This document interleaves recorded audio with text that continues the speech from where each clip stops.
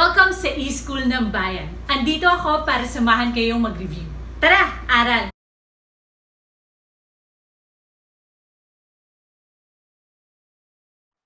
Now, before we discuss yung mga special cases natin pagdating sa multiplying binomials, again, na-discuss na to, but let's just recall, x raised to m times x raised to n is equal to x raised to m plus n. So, if you're multiplying two variables with the same base, i-add mo lang yung exponent nila.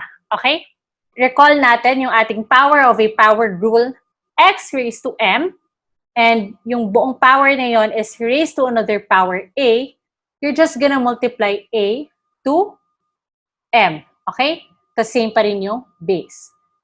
Take note, x raised to m raised to a or x raised to quantity m raised to a is not equal to x raised to m times a. Kasi this one, itong m, siya yung naka-raise. Okay? Same with this one. Iba siya sa nandito sa power rule natin. Any questions on this? Kaya ako rin to tinake note kasi I'm guilty of this minsan kapag nagmamadali mag-solve and I just want to get the answer. So another thing na kailangan natin maalala is our power of product rule. Meron kang product xy ng dalawang variables x and y raised to a power. Yung power niya na to, pwede mong i-distribute sa kanilang dalawa. So you will have x raised to a times y raised to a. Common mistake, just because wala lang, careless and gusto magmadaling magsagot. So, x plus y raised to a, hindi mo pwedeng i-distribute to ha. Hindi siya pwedeng x raised to a plus y raised to a. Okay? So, applying both yung power of power rule and power of product rule, kapag meron kang x raised to m and y raised to n, pwede mong i-distribute yung a sa dalawa by multiplying itong exponents sa labas sa exponents ng variables mo sa loob. So, you will get x raised to m times a times y raised to n times a. Okay, wala namang questions dito sa laws of exponents natin. Alright. So, special products kasi yung product niya. So, guys, ito yung tinitingnan na yung answer. Kasi these are your factors and this is your product. So, here in difference of squares or difference of two squares, meron kang a squared minus b squared. Okay? Here naman, yung sagot sa ganito, if you have a plus b times a plus b or a plus b squared, ang sagot mo would be a perfect square. Okay? So, yung special products, nag-refer yan sa answers niya. Okay? Kaya nga product. Alright, i-discuss naman natin ito isa-isa. Let's start with difference of two squares. So if you have a plus b times a minus b, hindi mo na kailangan gawin yung FOIL method. Okay? Automatically, the answer here will always be a squared minus b squared. But take note, guys, yung mga special cases na to, nag-a-apply pa rin yung FOIL method. Okay? Pwede mo pa rin siyang gawin kung nakalimutan mo to or kaya naman hindi mo napansin na difference of two squares siya. You can still use FOIL method. Ako personally, when I take exams, nagpo-FOIL method ako kasi para lang sure. Okay? Kasi minsan akala natin difference of two squares tapos hindi pala. Pero anyway, papakita ko lang rin for those na gustong gawin or gustong may mga shortcut na alam. So here we have a plus b times a minus b is equal to a squared minus b squared. So take note, guys, na hindi lang to for positive a, and positive b, negative b na scenario. Okay? So in general, if you have a pair of terms with the same absolute value and the same sign, tapos meron kang another pair of terms with the same absolute value but opposite sign. So, ano ibig ko sabihin nun? Itong a at itong a, pareho sila ng sign. In this case, pareho silang positive. Tapos, pareho yung absolute value nila. Their absolute value is just equal to a. And may another pair ka naman ng the same ang absolute value, which is positive b and negative b, ang absolute value nila is b, pero opposite yung sign nila. Okay? So, kapag meron kang ganong pairs ng nasa first binomial mo and second binomial mo, pwede mo siyang kunan ng shortcut na a squared minus b squared na lang. Okay? So, dito in this case, madali lang siya. So, okay lang rin mag-FOIL method. Pero kapag medyo mas mahirap, it's easier if ma-identify mo siya as difference of two squares. Okay. So, for example, in this one, if you have number 1, 9x plus y times negative 9x plus y. Ano dito yung pairs mo? Itong positive y and positive y, the same sign. Positive x, negative x, opposite signs. Here, we have negative 3yz and negative 3yz. Pareho sila ng sign, pareho din sila ng absolute value. Positive 11 and negative 11. Pareho sila ng absolute value, pero opposite yung signs nila. How about in number 3? Itong 2x squared y at itong 2x squared y. Pareho sila ng value, ng absolute value, and pareho din sila ng sign. Negative 5z and 5z, pareho sila ng absolute value, opposite naman yung sign nila. Okay? So the same with number 4, negative 7y and 7y. So ito namang 4xz and 4xz yung pair mo. Okay? So baka kasi isipin nyo, pag ganito, hindi nyo na ma-apply yung difference of two squares kasi hindi naman siya a plus b, a minus b. Okay? So, sagutan natin to isa-isa. Number 1, we have 9x plus y. And then, negative 9x plus y. Okay. So, first, gawin muna natin ng FOIL method. Tingnan natin kung pareho nga yung sagot. Okay. 9x times negative 9x. That's equal to negative 9x squared. Okay? Plus y, 9x times positive y, that's equal to plus 9xy. Inner y times negative 9x, that's equal to negative 9xy. Positive y times positive y, that's equal to plus y squared. Negative 81 po. 81 nga. Ano ba yan? Okay, negative 81. So this is equal to itong dalawa plus 9xy, negative 9xy, magka-cancel lang sila. It's equal to 0. So you will be left with negative 8x squared plus y squared. Eh di ba sabi ko kanina, yung form niya would be negative a squared minus b squared. Okay? So pwede mo naman ito i-rearrange. Y squared minus 8x, 81. Ano ba yan? 81x squared. So ano yung titignan mo ditong pattern? Yung same yung sign, that would be yung mauuna, minus kung ano yung merong opposite sign. Okay? So in this case, ano yung pareho yung sign? Y and y. So y squared lang yan. Minus b squared. Ano yung opposite yung signs? 9x and negative 9x. So square 9x, that would equal to negative 81x squared. Okay? So balikan natin yung PowerPoint. For number 2, we have negative 3yz plus 11 times negative 3yz minus 11. So, gawin natin yung shortcut. Ano yung una ko i-multiply? This one or itong 11? Anyone? Negative 3yz or yung 11?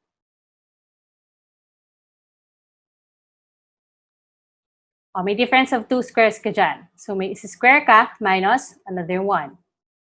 Okay? So, ano yung mauna dito? Kung ano yung merong the same sign. So, ito, pareho silang negative. So, sila yung mauna dito. Okay? Tapos dito naman yung opposite yung sign niya. Positive 11 and negative 11. Okay? So, here you will have 9y squared, z squared, minus 121. So, guys, distribute lang yan. Number 3, 2x squared y minus 5z times 2x squared y plus 5z. So again, ano yung magkaparehong sign? 2x squared y squared minus 5z squared. So here we will have 4x raised to 2 times 2, so that's 4. Y raised to 1 times 2, so that's 2. Minus 25z squared. Number 4. Negative 7y plus 4xz times 7y plus 4xz. Okay, ano yung maunan dito? Itong 4xz. Kasi sila yung pareho yung sign. Squared minus 7y squared. Okay? So kahit isulat nyo naman yung negative dyan, isi-square mo naman siya. So it wouldn't matter. So the answer here would be 16x squared z squared minus 7 times 7, that's 49y squared. Okay? Now it's your turn. I'll give you 1 minute to answer this. Okay, now let's answer this one. Number 1, we have 10x squared minus 10 times 10x squared plus 10. Okay, so ano yung parehong sign? 10x squared minus 10 squared. So this is equal to 100 x raised to 4 minus 100. Okay, number 2, z cubed plus 3y times negative 3y plus z cubed. That's equal to, kung ano yung pareho yung sign, so z cubed, pareho silang positive squared, minus yung magkaiba yung sign, positive 3y, negative 3y. So 3y squared. This is equal to z, 3 times 2, 6, minus 3 squared, 9y squared. Number 3, 6xy minus 3x squared minus 3x squared minus 6xy. Okay, ano yung magkapareho ng sign? Itong negative 3x squared. So yun yung unahin natin. Minus 6xy squared. 3 squared, 9x, 2 times 2, raised to 4, minus 6 squared, 36, x squared, y squared. Okay? So, may worksheet naman tayo para ma-practice nito. How about if meron tayong perfect square? So, ano lang ibig sabihin ng perfect square? Meron kang binomial times itself, yung product nun would be a perfect square trinomial. Okay? So, yung tawag dito sa product niya is perfect square trinomial. So, important din pala to guys when it comes to factoring, na familiar kayo sa ganitong concepts. So, here we have binomials that are equal and multiplied sa isa't isa. And then, meron kang two pairs of terms with the same absolute value and the same sign. So, ito. A and A, same absolute value, same sign. B and B, same absolute value, the same sign. Okay? So, paano malalaman ko ng sign ng second term? If you apply FOIL method, makikita nyo naman yon. And actually, pag minultiply mo naman sila, mag-a-appear naman yung correct na sign. Pero one way para ma-check nyo, kunwari nag-arrive na kayo sa final answer, and then, gusto mo lang i-check. Okay, yung middle term mo would be positive if yung A and B mo pareho yung sign. Yung middle term mo would be negative kapag naman yung A and B mo may opposite signs. Okay? Tingnan muna natin kung ano yung mga signs ng terms natin. Here, pareho yung sign ng x, y, and 4, so positive. Here, magkaiba yung sign ng negative y and positive 3x cubed, so negative ang second term or middle term natin. How about in number 3? Negative 2x and negative 12, pareho sila ng sign, so positive yung middle term. How about on the last one? Positive ito negative. So, ang middle term mo would be negative kasi opposite yung signs nilang dalawa. So, let's answer these examples para makita. So, for number 1, okay, so remember, yung form ng ating answer would be a squared plus 2ab plus b squared. Okay, so for our first example, we have xy plus 4 squared. Okay, so try muna natin gawin using the FOIL method. Xy plus 4 times xy plus 4. Xy times xy, that's x squared y squared. Okay? Outer xy times 4, so that's plus 4xy. Inner 4 times xy, that's plus 4xy. Last terms, 4 times 4, that's equal to 16. This is equal to x squared y squared. Ito pwede natin i-add kasi like terms, plus 8xy plus 16. How about if we follow this form? Sorry. Our first term is xy, so xy squared. X squared, y squared lang yun. Plus 2 times a times b. What's a times b? 4xy times 2. So that's 8xy. Okay, and then, yung second term mo naman yung isa-square mo, 4 squared, that's 16. So as you can see, pareho lang yung makukuha sagot. So here, positive siya kasi pareho lang naman yung sign ng xy and ng 4 mo.